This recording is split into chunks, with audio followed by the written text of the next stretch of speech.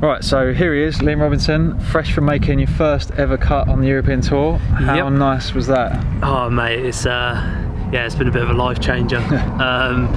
God, yeah, couldn't really explain it in words. Even when I tried to do my debrief video, it was like I just literally shook my head for 20 minutes on a video just trying to get some words out. But yeah, no, it's definitely the highlight of my career so far. Obviously it's my second attempt. It's only the second one I've played in, so to obviously be able to go in that company and know that you're capable of kind of making cuts has just been a huge confidence boost. And the manner I did it was obviously really stressful, having to birdie the last to make it, but so you had an interesting hole on was it the first day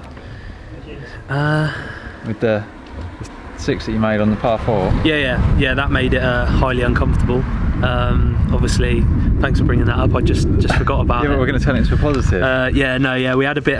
Started off quite well actually. I was fine through the first 4 or 5 holes, and then just driven it up by the green, and ended up walking off with a double, and it just shell shocked me then for a couple of days, I think. Yeah. How do you bounce back from something like that happening? Just try and manage your game. I just the rest of that 18 holes, I think I said to my caddy, I was like, right, we need to hit the next 12 greens in a row, and then we can go and deal with it after the round. Yeah, because I was just scared to death to chip. But no, it was just manage my game really, and just kind of, if there were pins that I knew was going to leave a really difficult chip, I just made sure I played away from them, and managed to come back in 31 5 under and ended up shooting my first 100-round par. So I guess we dealt with it all right. Really. And obviously you had the support of all the TGM members kind of while you're out there playing. How nice was that to have all those messages? It was amazing, mate. Like, I think once the birdie putt had gone in, one of the lads was actually out there with me. Because we've actually got one of the members in Czech Republic, so he was there as well. So we ended up with 2 people there that are in the group, and the putter hold on the 9th, which was my 18th for the day, which I had to hold to make the cut. Luckily they both got it on video, so they both posted it basically a minute after I'd done it, and I think within an hour I'd had something like 230 messages or something. It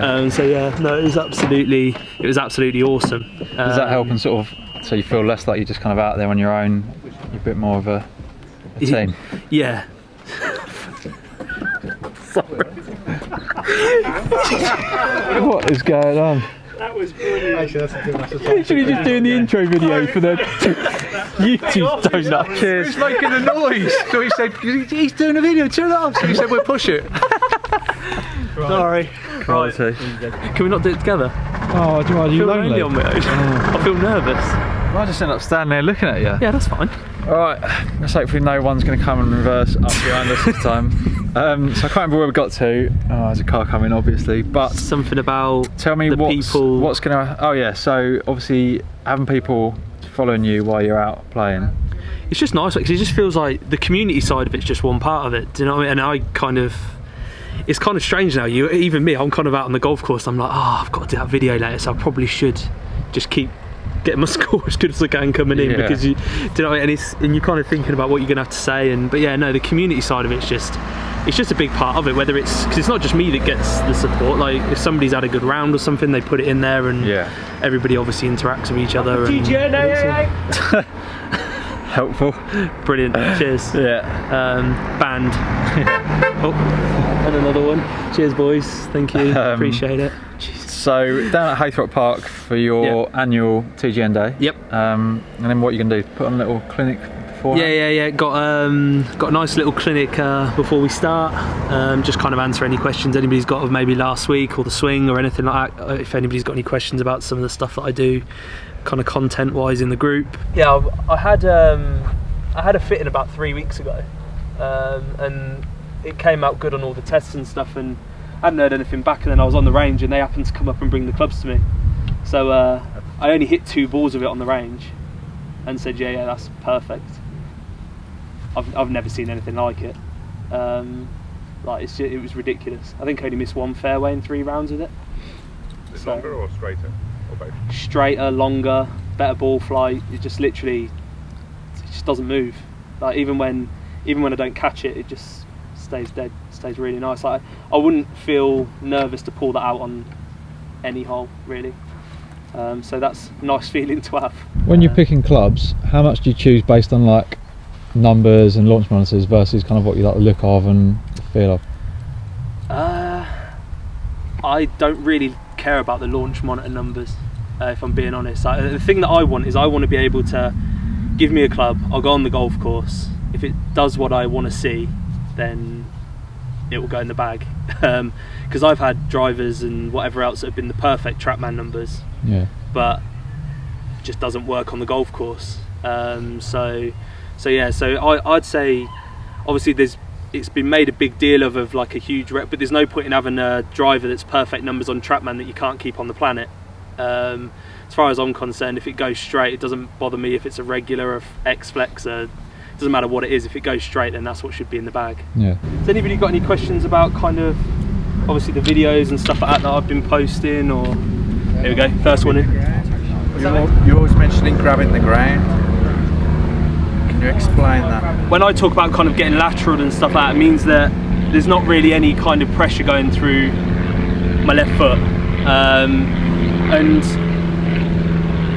for me to be able to kind of not get ahead of it, basically grabbing the ground is where you'll make a movement where the pressure grabs, and that's kind of what I mean by grabbing the ground, is that kind of force in my left foot.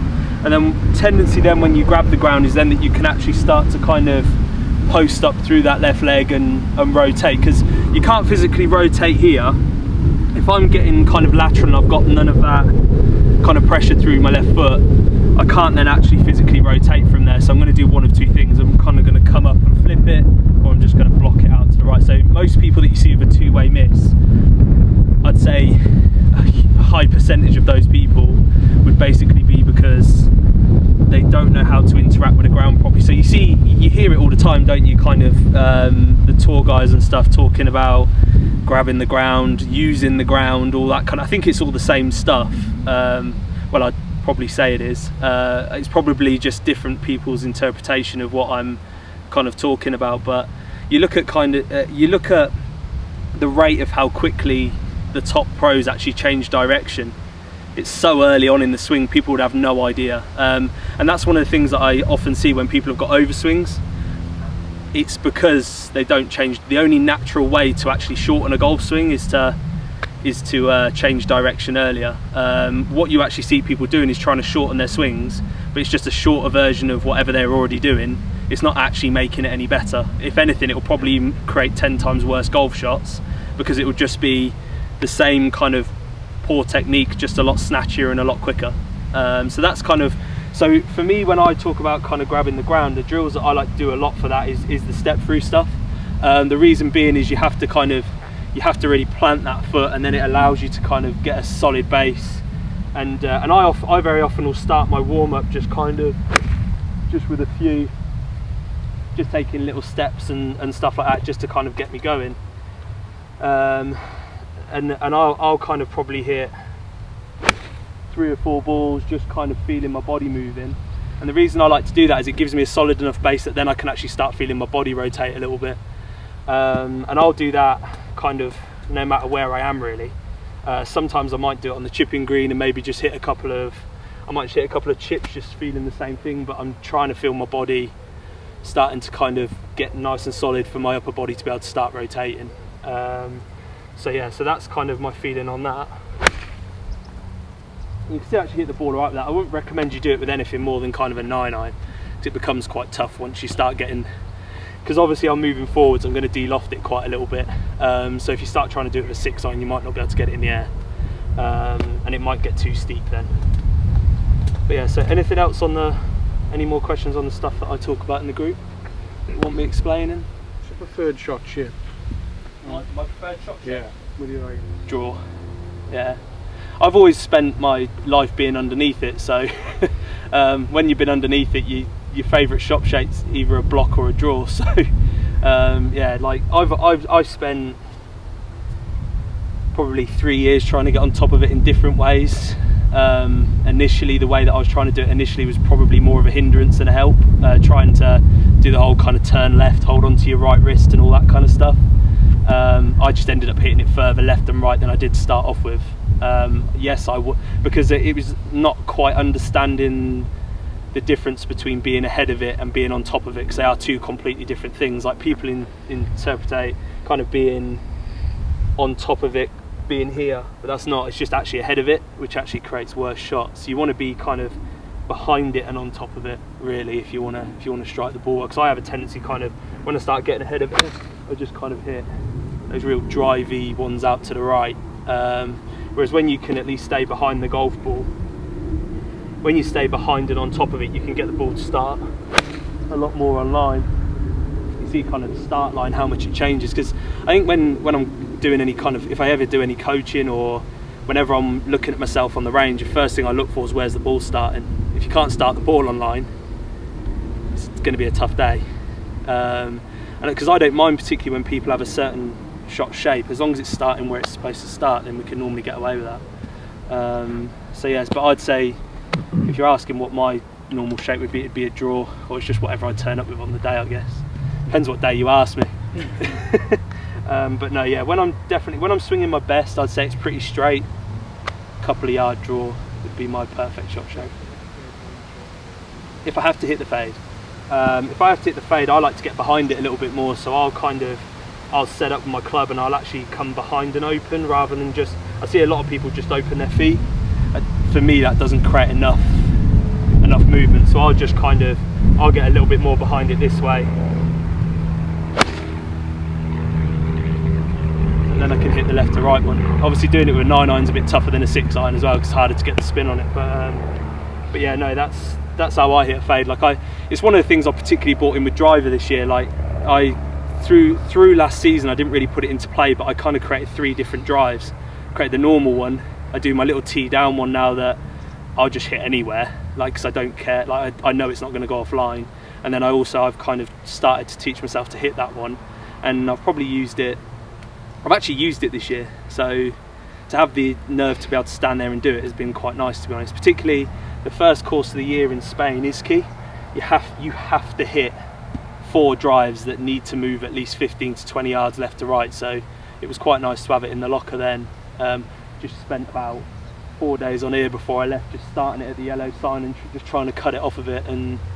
But again, that was kind of more practice based around one event than what I'd be doing week in, week out. So yeah, so that's what I'd be doing for the fade. I come more behind it and open, and then just swing it normally. And get the ball moving left to right. But yeah, no, so my kind of standard shot shape, nice kind of flighted one. And like I said, when I'm really swinging well, it's generally a dead straight shot for me. Not really too much shape. Why I don't really like to spend too much time on the driving range. I kind of come on here and just end up leaving a bit more frustrated than what I came on. So I a lot of the time will kind of go out on the golf course and maybe hit a couple of drivers off a couple of tees, and if I want to go and work on my driver, I can go onto one of the holes and just hit a few drivers down the hole. And obviously I never take the mick, I don't go out there and start digging wedges up 100 balls out on the course, but I prefer to spend time out on the golf course just because it gives you more of a realistic feel for what's going on. But yeah, I actually kind of find being on the driving range a little bit more frustrating when the ball's not quite doing what you want it to do. Have you always addressed it out of the hill? Oh yeah, I've had this quite a bit over the last couple of weeks. Yeah, I don't know why. I can't even explain to you why. I don't know if it's just like a natural thing, because I've always dropped the club quite a lot on the inside. I don't know if I've just obviously naturally done it because I'm dropping it so far on the inside, then I hit the centre of the face. Yeah. Don't know if it's that. I can't even really answer it. So you've never tried addressing it out the middle? I have. You did it a few years ago. Yeah, I did it a few years, and it kind of worked for a while. But then I was just like, well, I don't need to. I hit it straight without it. So it just was making me feel uncomfortable over the ball. So I was like, well, why am I doing that? But no, if I start struggling with a real bad, because it's really interesting. I was on the driving range with somebody, and I was hitting everything out the toe quite badly. And the guy just said to me, well, you're setting it up out the heel, so you'll hit it out the toe. He said, set it up out the toe, you'll hit it out the heel. And it actually did work, right. Which I thought was a bit strange, just because your body naturally reacts to the setup position. So yeah, no, it's just something I've just always naturally done. Yeah, I can't really explain why. Just one of those. Everybody has their own little kind of quirks and whatever else, and that one's just mine.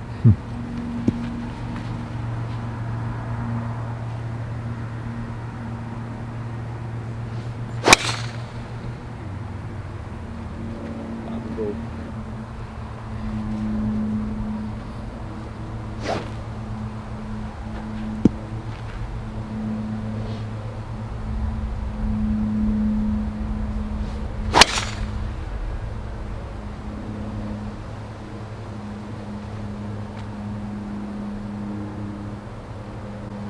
Yeah, the face on this one just feels so much softer. So it's a lot kind of duller. I just love the feel of it, to be honest. It's been awesome this week, because that swing there, if I'm being 100% honest, it was a little bit underneath it, but with my old driver it would kind of go as well, whereas this one, even though I've a little bit underneath, but I caught it out the middle still. I don't know if it's like the swing weight of it or what, but I found that a couple of times this week where I feel like maybe I've towed it a little bit and maybe not 100% happy with it, and it's still gone dead straight.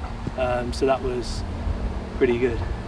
So yeah, definitely I just felt amazing from the minute I got it, to be honest.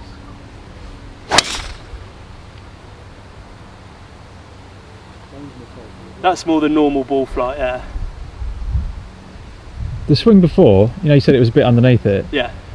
Are you saying that based on how it felt, or like what you saw? Because I think obviously a lot of people hit a bad shot and they don't really know why that's happened. So it's kind of like, it's a mixture of two, mate, to be honest. Like, obviously, for me, I know I'm underneath it when I catch it out the toe. Right. So there's a few different signs for me that I'm underneath it. Number one is it goes off the planet, which obviously swinging at 120 whatever mile an hour, that you don't have to miss by much for it to go a bit wider than normal. Then the strike pattern for me, whenever I'm underneath it, I hit it out the toe, because 9 times out of 10 what I'll do, I'll get ahead of it this way, pull down, and then I start shutting the face to try and stop missing right. So I'll toe it and get the old hook going a little bit. So generally I find that with people that are kind of overturning it, like hooky kind of ball flight, that's generally what it is. They're kind of ahead of it, pulled down, then they come in too steep with the driver, shut the face down, and you'll see a lot of those kind of people as well, the ones that have got the paint missing on the top of their drivers, which we see quite a bit.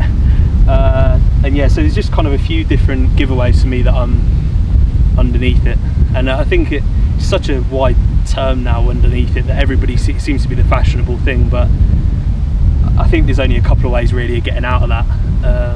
But for me, like I've said to you in kind of a lot of my videos in the group and stuff like that, the stuff with Gary, the things that I've been working on is kind of almost trying to turn less, and I'm actually trying to, for me to feel like I'm going more backwards actually makes me look like I've turned 10 times more than when I actually try and turn. Whenever I try and turn, that's when I have a tendency to try and get ahead of it, and club gets too far out in front to swipe across it, and it's where all the bad shots come from. So when you see me kind of trying to turn, looking like I'm turning here, all I'm actually trying to feel is almost that, when I've shown you guys before in the videos, when I'm trying to do that kind of throw down thing where I go that way, that's basically what I'm trying to feel. There's not actually any rotation whatsoever. All I'm doing is basically going, I'm kind of throwing it down that way initially, and then I'm just pulling it back up out of the ground. And then that's all I'm really trying to feel with the driver, so I'm not actually trying to turn at all. So yeah, so that's the underneath it stuff.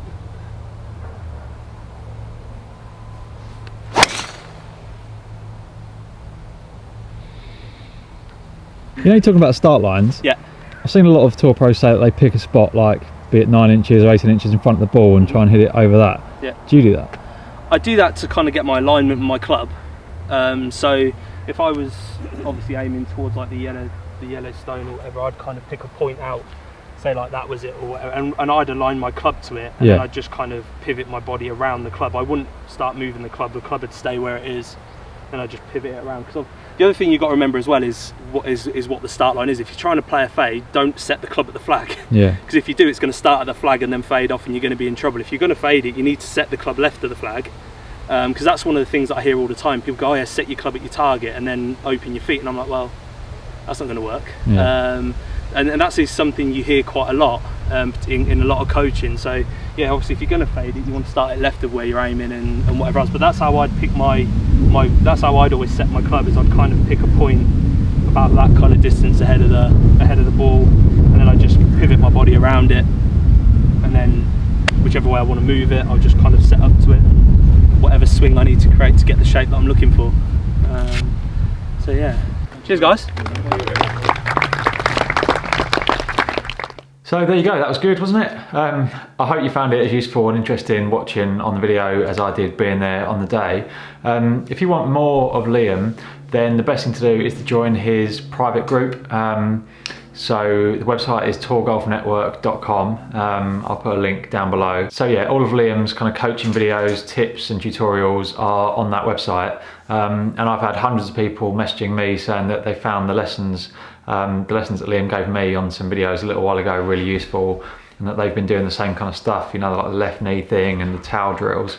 So if you are doing that stuff, then obviously all the kind of extra bits and bobs around that are on those videos on Liam's website. So yeah, feel free to check that out. And also obviously if you join, you're supporting a really nice lad who's trying to make it onto the tour. And he's shown by making that cut on the European Tour that he can make it. So obviously the hope is that he will become like an established player on the European Tour, and keep giving that kind of behind the scenes insight that you just can't get anywhere else. So yeah, if that's for you, like I say, I'll put the link down below. Anyway, thanks for watching. Please like the video if you've enjoyed it, subscribe if you haven't already, and hit the little bell thing so you won't miss any future videos. I'm going to get custom fitted for irons at the end of this week, which is something that I've never done before. So obviously I will record that, and you'll be able to see what replaces my trusty Ping I-25s. So until then, I will see you in the future.